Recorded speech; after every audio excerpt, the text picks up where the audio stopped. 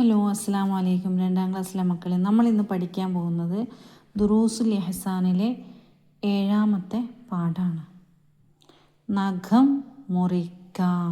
നഖം മുറിക്കാം അല്ലേ? നമ്മുടെ കയ്യിലും കാലിലും നഖമുണ്ട് അല്ലേ? കയ്യിലെ നഖം മുറിക്കേണ്ട വിധം ഇവിടെ കൊടുത്തിട്ടുണ്ട്. എങ്ങനെ മുറിക്കേണ്ടത്? ആദ്യം 1, 2, 3, 4 പിന്നെ 5. നമ്മുടെ തള്ളവിരൽ അല്ലേ? 5. 1, 2, 3, 4, 5. പിന്നെ 6, 7, 8, 9, 10. നോക്കുക കേട്ടോ.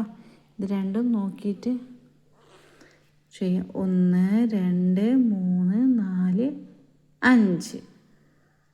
6, 7, 8, 9, 10. മക്കളെ, നിങ്ങളുടെ കൈവിരലുകൾ നിവർത്തി നോക്കൂ. മക്കളെ, നിങ്ങളുടെ കൈവിരലുകൾ നിവർത്തി നോക്കൂ. എത്ര സുന്ദരമായ നഖങ്ങൾ! എത്ര സുന്ദരമായ നഖങ്ങൾ! എത്ര സുന്ദരമായ നഖങ്ങൾ! നഖങ്ങൾ മുറിച്ചു വൃത്തിയാക്കണം. നഖങ്ങൾ മുറിച്ചു വൃത്തിയാക്കണം. നഖം മുറിക്കൽ നല്ല ശീലമാണ്. നഖം മുറിക്കൽ നല്ല ശീലമാണ്. നഖം മുറിക്കൽ പ്രധാന സുന്നത്താണ്. നഖം മുറിക്കൽ പ്രധാന സുന്നത്താണ്. നഖം മുറിക്കാൻ ഏറ്റവും ഉത്തമം വ്യാഴാഴ്ചയും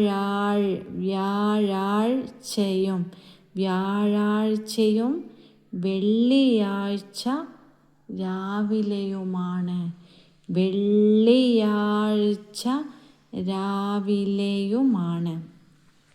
ഇത് പ്രധാനപ്പെട്ട വരികളാണ്. നഖം മുറിക്കാൻ ഏറ്റവും ഉത്തമം വ്യാഴാഴ്ചയും വെള്ളിയാഴ്ച രാവിലെയുമാണ്. എപ്പോഴാണ് നഖം മുറിക്കേണ്ടത്? നഖം മുറിക്കാൻ ഏറ്റവും ഉത്തമമായ സമയം എപ്പോഴാണ്? ഏത് ദിവസമൊക്കെയാണ് നമ്മൾ പ്രധാനപ്പെട്ടത്? വ്യാഴാഴ്ചയും വെള്ളിയാഴ്ച രാവിലെയുമാണ് നമ്മൾ എന്ത് ചെയ്യേണ്ടത്? നഖം മുറിക്കേണ്ടത് അല്ലേ? നഖം മുറിക്കാൻ ഒരു പ്രധാന ദിവസമുണ്ട്. നഖം മുറിച്ചാൽ നമുക്കതിൻ്റെ സുന്നത്ത് കിട്ടും. ഏതൊക്കെ ദിവസങ്ങളിൽ ചെയ്താലാ? വ്യാഴാഴ്ചയും വെള്ളിയാഴ്ച രാവിലെയുമാണ് നമുക്ക് സുന്നത്ത് കിട്ടുന്നത്. അപ്പം നമ്മൾ നഖം മുറിക്കേണ്ട വിധമുണ്ട്. അത് നമ്മൾ പഠിച്ചല്ലേ? 1, ഇങ്ങനെ 4, 5, പിന്നെ 6, 7, 8, 9, 10. അതുപോലെ കാൽ വിരലിനും അതുപോലെ മുറിക്കേണ്ട വിധം പറയുന്നുണ്ട്. ലാസ്റ്റ് പറയാം.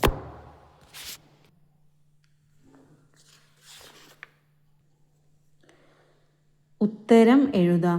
നഖം മുറിച്ച ഉടനെ എന്ത് ചെയ്യണം? നഖം മുറിച്ച ഉടനെ എന്ത് ചെയ്യണം?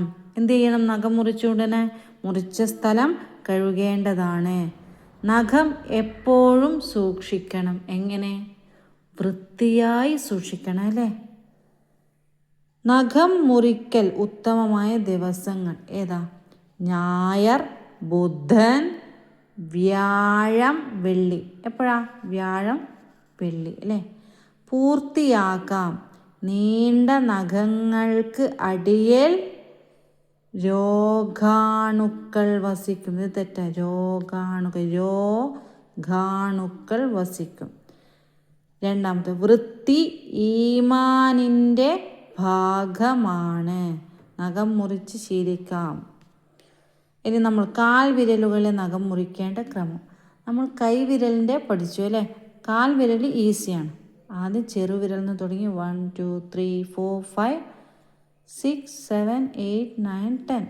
ഇങ്ങനെ പിക്ചർ തരും. എന്നിട്ട് നമ്മൾ ഈ നമ്പേഴ്സ് എഴുതേണ്ടി വരും. എല്ലാവരും പഠിക്കുക. ഇൻഷാ അല്ലാഹ് അടുത്ത പാഠമായിട്ട് വരും. അതുവരെ എല്ലാവരും പഠിക്കുക. പരീക്ഷ ഫെബ്രുവരിയാണ്. ഇൻഷാല്ലാ എല്ലാവരും പഠിക്കുക.